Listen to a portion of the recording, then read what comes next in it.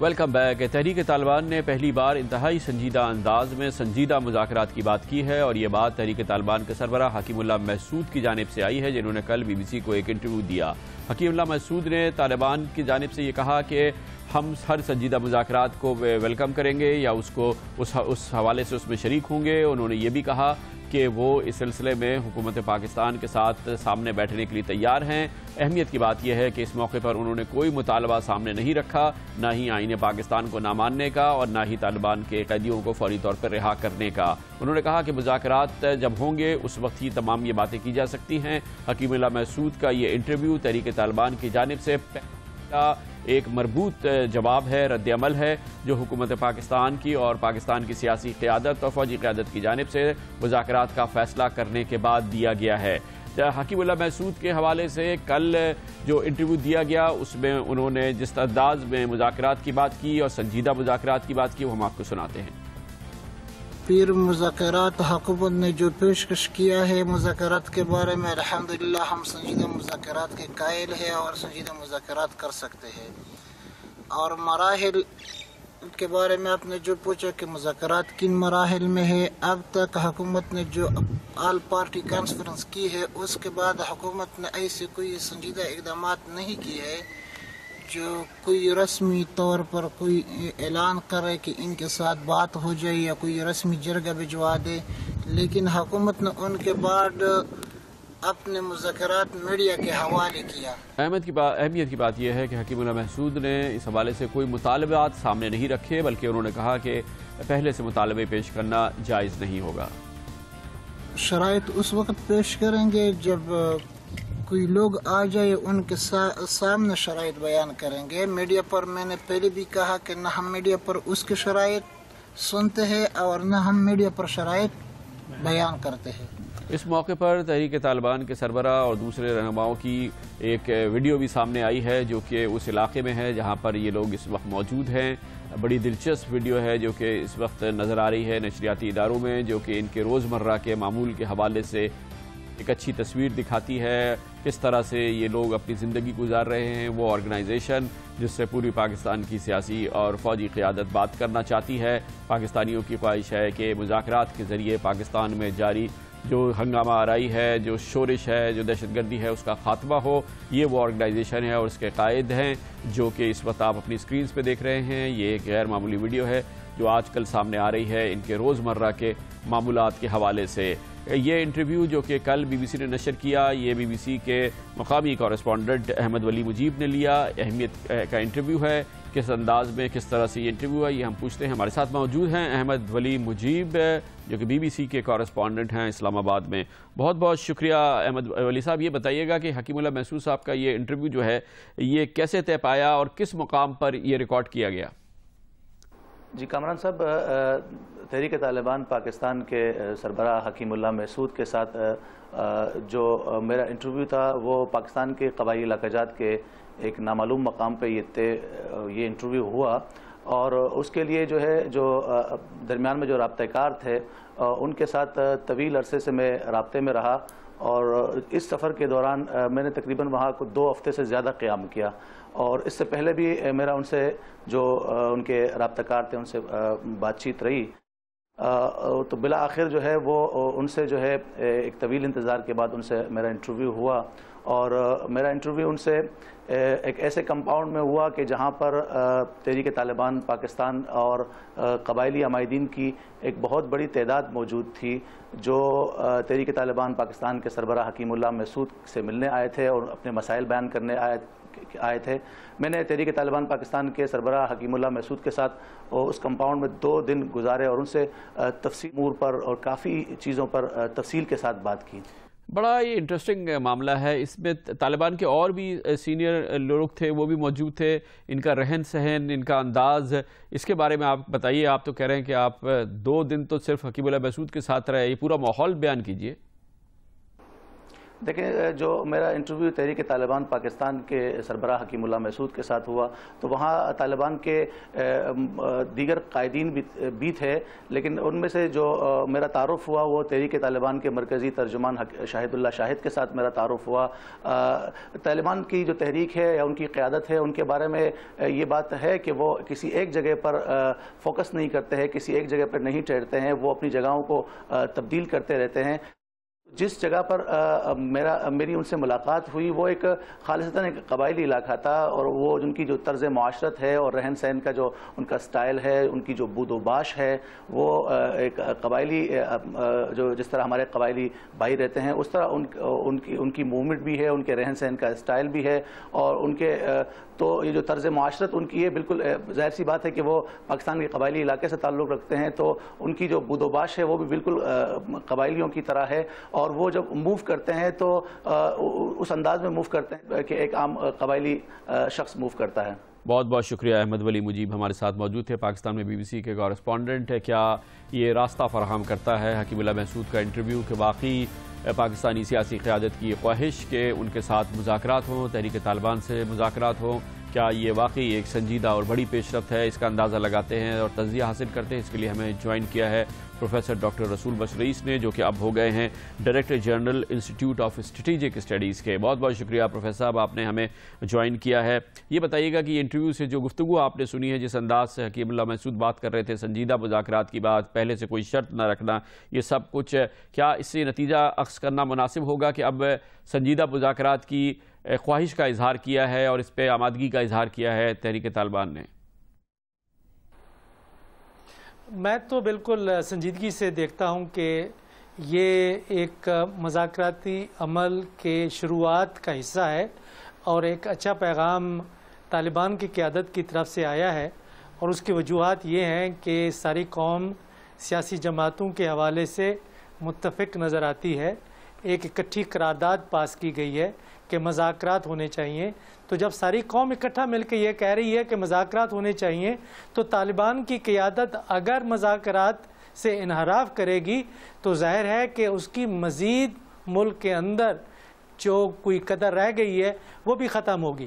وہ یہ سمجھتے ہیں کہ اقتدار میں جو سیاسی جماعتیں ہیں اگر وہ بات کرنا چاہتی ہیں اور جس کی بنیاد پر انہوں نے انتخابات میں حصہ لیا، تو میرے خیال میں اب وہ بھی یہ سمجھتے ہیں کہ وقت آ گیا ہے کہ مذاکرات کرنے چاہیے۔ وہ اس قابل نہیں، وہ یہ طاقت نہیں رکھتے کہ پاکستانی ریاست کو یا قوم کو شکست دے سکیں۔ ان کا بھی کافی نقصان ہوا ہے، پاکستان کا بھی بے حد نقصان ہو چکا ہے، تو یہ مذاکراتی عمل ایک تاریخ کا حصہ ہوتا ہے۔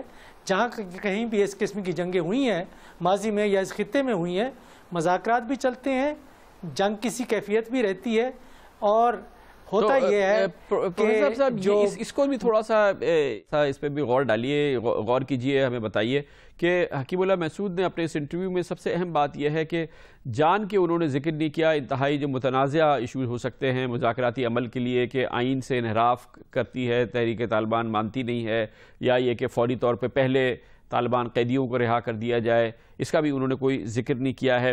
آپ کے نزدیک یہ امپورٹنٹ بات ہے؟ بالکل، اس کی میرے خیال میں اہمیت اس لحاظ سے ہے کہ کچھ طبقے پاکستان کے اندر جو نظریات کچھ ایسے رکھتے ہیں کہ اگر وہ طالبان قسم کے لوگ ہیں یا لوگوں کے نظریات ان سے ذرا مختلف ہیں تو ان سے مذاکرات نہیں ہونے چاہیے۔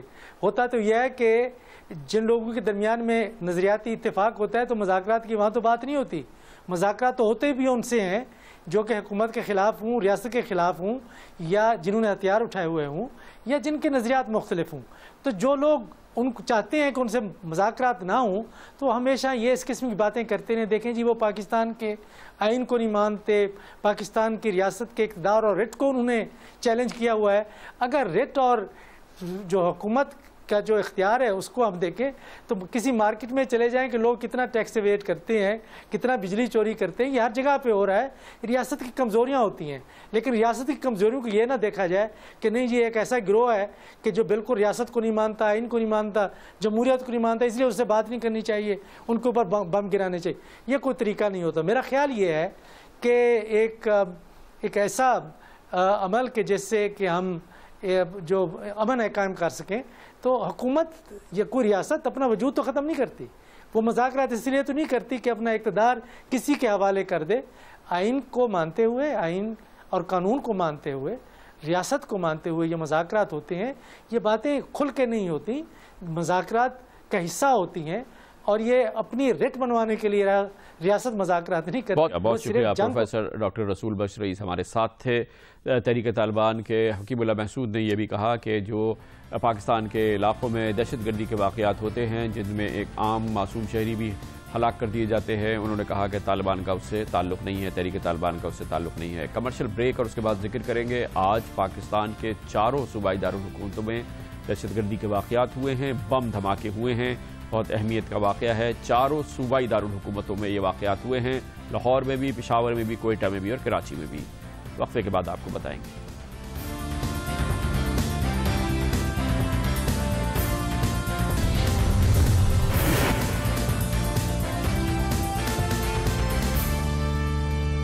دہشت گردی کے واقعات کے حوالے سے آج کا دن انتہائی اہمیت کا حامل ہے، اور اس کی وجہ یہ ہے کہ پاکستان کے 4 صوبوں کے دارالحکومتوں میں آج دہشت گردی کے واقعات ہوئے ہیں. سب سے بڑا واقعہ اب تھوڑی دیر قبل ہم نے آپ کو بتایا کراچی میں ہوا ہے، اورنگی ٹاؤن کے علاقے میں، جہاں پر 3 ایسے شخص جو کہ مبینہ طور پہ گولہ بارود ایک جگہ سے دوسری جگہ منتقل کر رہے تھے، دھماکے میں ہلاک ہو گئے ہیں. آج ایک اور واقعہ ہوا ہے پشاور میں، جہاں پر پولیو ٹیم کو تحفظ فراہم کرنے والی لیویز کی خاصہ دار فورس پہ حملہ کیا گیا. رنگ روڈ پر یہ حملہ ہوا. اس سے پہلے بھی پولیو ٹیم کو تحفظ دینے کے حوالے سے پولیس پر حملہ ہوا تھا. آج کے اس حملے میں 3 لیویز کے لوگ زخمی ہوئے ہیں. کوئٹہ میں آج دھماکہ ہوا. لیاقت بازار میں سائیکل بام نصب تھا، اسے ریموٹ کنٹرول سے اڑایا گیا سٹی پولیس اسٹیشن کے قریب. اس میں 6 لوگوں کی ہلاکت کی اطلاعات ہیں، جس میں بچہ بھی شامل ہے اور خواتین بھی. ایک اور واقعہ جو بہت اہمیت کا ہے وہ لاہور میں ہوا ہے، جہاں پر ایک بڑا بم دھماکہ ہوا انارکلی کے قریب فوڈ مارکیٹ میں اور اس فوڈ اسٹریٹ کے اندر، اور اس واقعے کے اندر 1 ہلاکت ہوئی ہے اور 16 لوگ زخمی ہوئے ہیں. لاہور کے حوالے سے یہ بہت اہم واقعہ ہے، اس لیے بھی کہ پنجاب میں اور دارالحکومت لاہور میں عام طور پر دہشت گردی کے واقعات ایسے نہیں ہوتے جیسے پاکستان کے دوسرے علاقوں میں ہوا کرتے ہیں. آج ہی اس حوالے سے ایک اور پیش رفت ہوئی. لاہور ہائی کورٹ میں بم دھماکے کی حوالے سے ایک جھوٹی اطلاع پہنچائی گئی، جس کی وجہ سے عدالت میں ایک کھلبلی سی مچ گئی اور سیکیورٹی الرٹ بھی ہوا ہے. آج کا ہر لحاظ سے اہم واقعہ پنجاب کے دارالحکومت لاہور میں ہوا ہے، جس کی تفصیلات حاصل کرتے ہیں، اور اس کے لیے ہمیں کیا ہے لاہور سے ہمارے کورسپونڈنٹ احمد فراز نے. بہت بہت شکریہ احمد فراز. یہ بتائیے گا کہ یہ جو انارکلی والا واقعہ ہے اس کی کیا تفصیلات ہیں؟ جی کامران صاحب، یہ جو دھماکہ آج ہوا ہے یہ ایک سندھی بریانی کا ایک ہوٹل تھا، ایک دکان تھی جس کے تقریباً 3 فلور ہیں، اور اس کے گراؤنڈ فلور پر یہ رکھا گیا تھا دھماکہ، یعنی کہ ان کے بالکل کاؤنٹر کے پاس. اور جس کے نتیجے میں یہاں پر جب یہ دھماکہ ہوا ہے زوردار، تو 1 فٹ گہرا گڑھا پڑا ہے اور 3 فٹ چوڑا گڑھا پڑا ہے، جس کے نتیجے میں 1 شخص جاں بحق ہوا ہے اور 15 سے زائد لوگ زخمی ہوئے. یہ سندھی بریانی کا ہوٹل تھا. یہ یہاں پر تقریباً پچھلے 7-8 سال سے قائم تھا، کیونکہ یہ فوڈ اسٹریٹ بہت پرانی ہے. 8-9 سال ہو گئے فوڈ اسٹریٹ کو. اس ہوٹل کو بھی یہاں پر بنے 7 سال ہو گئے تھے، اور یہاں پر سندھی بریانی فروخت کی جاتی. تو کہا یہ جاتا ہے کہ یہ جو اس کا مالک تھا محمد قیس، وہ ماضی میں کراچی کا ہی رہائشی تھا، اور پچھلے چند سال سے یہ لاہور میں جب سیٹلڈ ہوا ہے تو یہاں پر اس نے آ کر یہاں پر سندھی بریانی کے نام سے اس نے اپنے یہاں پر ہوٹل شروع کیا تھا. اور جہاں تک اس دھماکے کی بات ہے تو یہ واقعی سیکورٹی اداروں کی ناکامی ہے، کیونکہ اس سے قبل تقریباً 2-2.5 ماہ پہلے بھی، یعنی کہ چھوٹی عید سے تقریباً 10 ماہ قبل بھی یہاں پر ایک بہت بڑا دھماکہ ہو چکا ہے، اور وہ بھی ٹائم ڈیوائس تھا. آج کا جو دھماکہ ہے یہ بھی ٹائم ڈیوائس ہے. اس دھماکے کے نتیجے میں تقریباً 5 افراد ہلاک ہوئے تھے اور 30 سے زائد زخمی ہوئے تھے، جبکہ آج کے دھماکے میں 1 شخص ہلاک ہوا ہے اور 15 سے زائد زخمی ہیں. دونوں دھماکوں کی نوعیت بھی ایک جیسی ہے. بم ڈسپوزل اور قانون نافذ کرنے والے اداروں کو یہی کہنا ہے کہ ان دونوں دھماکوں میں جو دھماکہ کے مواد استعمال کیا گیا تھا اس کی ڈینسٹی جو تھی وہ تقریباً 1 کلو سے زائد ہے، اور یہ 1 کلو سے زائد دھماکہ کے مواد استعمال کیا، جس کے نتیجے میں یہاں پر بہت بڑا نقصان ہوا ہے. کئی دکانوں کے شیشے ٹوٹ گئے، دیواریں ہل گئیں، اور اس کے بعد سیکورٹی اداروں نے اس بازار میں آنے جانے والے تمام راستوں کو بند کر دیا. ابھی بھی آپ دیکھ سکتے ہیں کہ میرے پیچھے وہ جگہ ہے جس کو پولیس نے اب شامیانے لگا کر عام مقابلہ بند کر دیا، اور یہاں سے شواہد اکٹھے کیے جا رہے ہیں. بہت بہت شکریہ احمد فراز ہمارے ساتھ تھے لاہور کی انارکلی کے قریب فوڈ اسٹریٹ سے، جہاں پر یہ بڑا بم دھماکہ آج ہوا ہے. کمرشل بریک کے بعد ہم بات کریں گے اس سنسنی خیز خبر کی جو کہ بین الاقوامی لیول کی خبر ہے اور ہوئی ہے لیبیا کے دارالحکومت طرابلس میں، جہاں پر لیبیا کے وزیر اعظم کو آج اغوا کر لیا گیا. کئی گھنٹوں تک وہ غائب رہے، اب فی الحال وہ رہا ہو گئے ہیں. اس غیر معمولی واقعے کے بارے میں بات کرتے ہیں کمرشل بریک کے بعد.